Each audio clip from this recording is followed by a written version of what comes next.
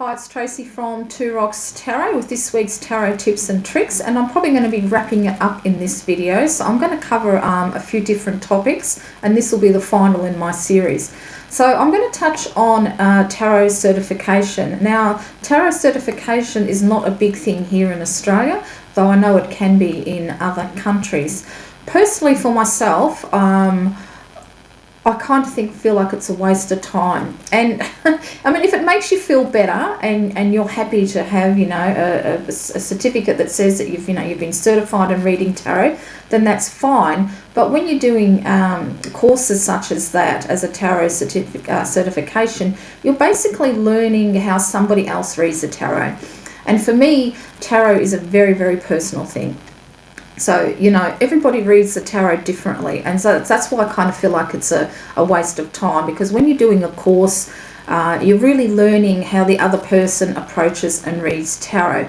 Now, I haven't looked at tarot certification courses whatsoever. So, but this is just how my opinion and how I feel that they may do it. Well, I'm not really sure because, I've never really looked into it. So I can't say for 100% that when you do a tarot certification program, that you're just learning how somebody else approaches the tarot. But that's kind of how I feel.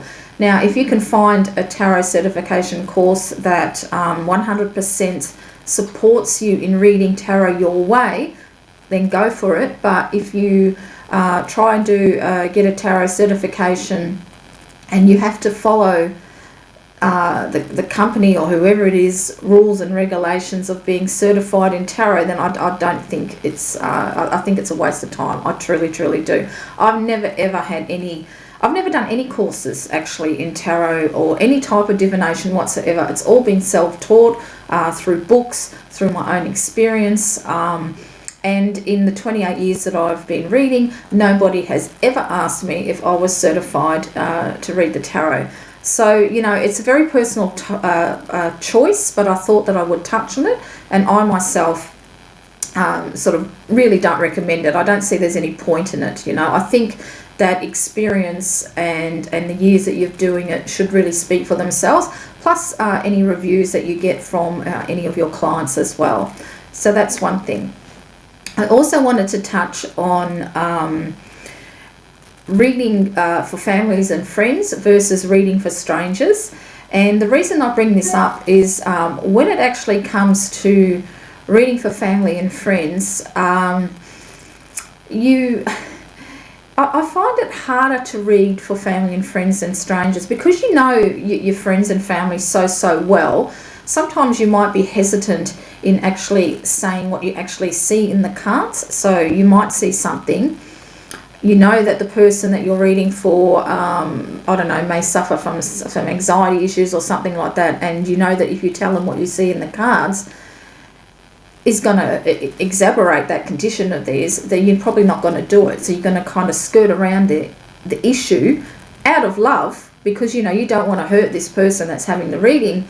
But in some ways you're hurting them by not telling the truth. So sometimes it can be really, really difficult reading for family and friends. I myself don't have any problems with it, because truly the only people that I actually, funny enough, read for in my family is my stepchildren. I don't read for my own daughters. I very rarely read for my husband, because I've read for him very early on in our marriage and freaked him out, and he doesn't really like me reading his cards. But, sometimes he'll ask me to do it, but they're the only people that I read for. Otherwise, I just read for strangers all the time. Oh, of course, Nina from Shuffle Tarot and we do each other's cards every now and again, but it's more like a fun type of environment where we're just pulling cards and talking about it, things like that. But, as for one-on-one serious readings, we've done a few, but not often. But I still find it much easier. I just think it's easier to read for strangers, because you can just say what you see in the cards. Of course, being diplomatic and with empathy and from the heart. but you're not hesitant in telling people things when you might be when it comes to family and friends. So it's truly up to you if you would like to read, for family and friends. I mean, it's a great way to practice, but even then, when I first started out, I didn't have anybody that I could practice on, so it was just all me. It was just all reading for myself. I just didn't have people to practice on back then, so I used to just read for myself until I joined the Eclectic Tarot Forum, where we used to have a lot of groups that would get together and we would read for each other and give feedback. So, that was really, really good, but unfortunately that's been closed down. I mean, that was just an absolute wealth of information. It's still up there, so you can still go and have a read and look through all the articles. It's all been left up there, but it's not an active forum anymore, which is such a shame. It was absolutely brilliant. It was so good to have some, you could just practice on your readings. So, that was, it was a great loss for the tarot community, I think, the Eclectic Tarot Forum. So, and another thing I wanted to touch on is that when you are doing a reading, and it's a reading of release, so say you're doing a card, you want to release something negative in your life, or it's just something, when you're doing a reading and you get a positive card. So when you're doing a reading of releasing something and you pull a positive card and you like say the Sun, and then you're thinking, what the WTH? What the WTF, I should say. What does that mean? Basically, if you pull a positive card in something that you have to release, or in answer to something that's been, troubling you or something like that, and it's a really positive card, what it means is that you haven't really got it any more to release. You've already released it. So you've released it without realizing it, and now you can just look to the positive side of things. So if you get the Sun and say, say you broke up with you had a relationship and it was rather nasty breakup, and you're wanting to know what it is about that relationship that you can release, and you get the Sun, and you're thinking, well, there was nothing sunny or bright in that relationship. It's because you've already let it go. Okay, you've already let it go and you've already moved it on, and the Sun is pointing to a new, happier cycle in your life. So when you get a positive card for something that you need to release, it very often means that you've already released it. Okay, whereas if you've got the Three of Swords, it's telling you that you have to have trust in yourself to go into a new direction, that you have you're still working through the sorrow of the ending of it, but you're moving towards a lighter time. But when it comes to a positive card, sometimes it's really, really hard to actually see that. So so when you do get a positive card for something that you need to release, it means that you already have released it. So have a look at the positivity of the actual card and see how you can work with it into bringing more positivity in your life, because you've left it behind now and you're moving on. It might give you some idea on how to move on further. And the last thing I wanted to touch on was tarot and spell work, because I know a lot of people like to, there's a lot of witches out there. Now, I myself have used tarot in spell work, and I have to say it hasn't really helped in any of the spells that I've done. The only way that it can really help you, I suppose, if it's something that you need to focus on. So if you need to focus on a image that's going to help you concentrate and get that spell across and out there into the ether to work, then by all means use it. But I've got a really good imagination, so I can just shut my eyes and imagine what it is that I'm trying to evoke, and it'll work for me. So I did try to use tarot cards, and I just didn't find, it just didn't really add anything to any of my spell work. It might for you, but for me it doesn't. So if you need something to physically focus your eyes on while you're doing work, then by all means do it.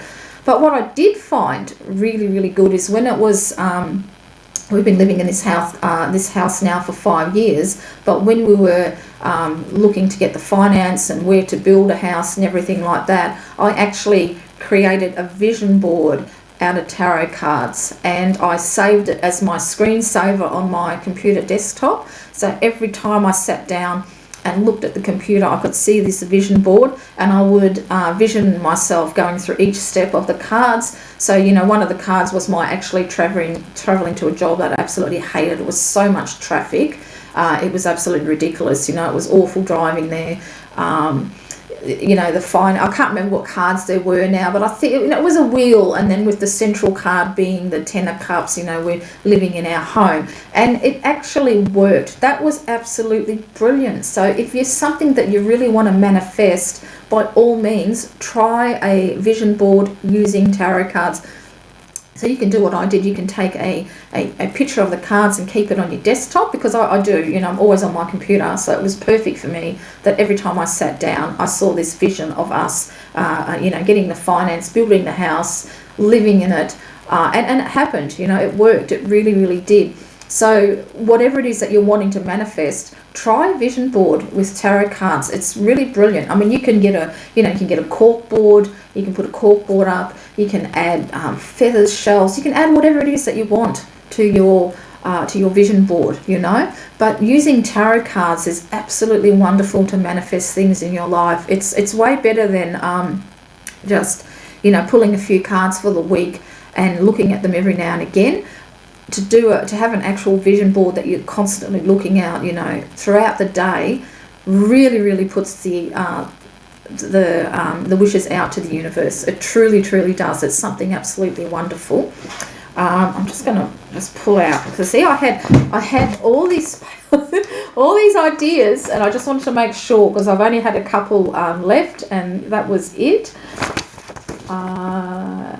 And yep, that's it. I've done it all. So I have actually officially finished this tarot tips and tricks. So this has been my final video. Now, of course, if you have got anything at all that you want to ask, or you would like me to make a video on a subject matter, please do not hesitate to put the comment in the box down below. That'll be really, really wonderful. I'm kind of pondering on a new series that I might be starting, but I want to work out the nuts and bolts, and I'll put it into this actual time slot on the actual Wednesdays. But I think I have covered it all. There is absolutely nothing. There's one thing that I never did touch on, was actually tarot reversals. I don't use them. I never have. I think when I first started to read the tarot, I tried to. I found it too confusing. It just kind of didn't make sense. So I don't use them.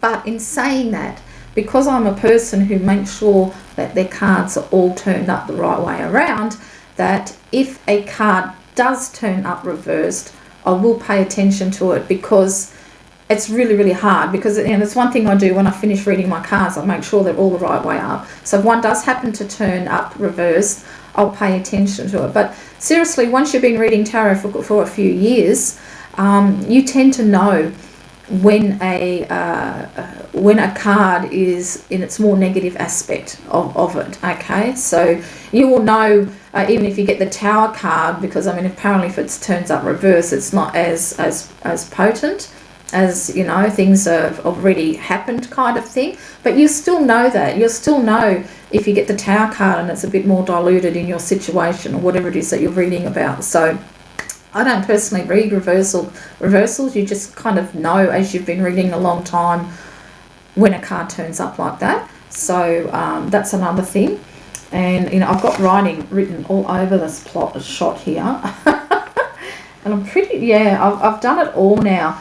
And I suppose there's another thing too, when it comes to types of readings that you like to do or not to do as well.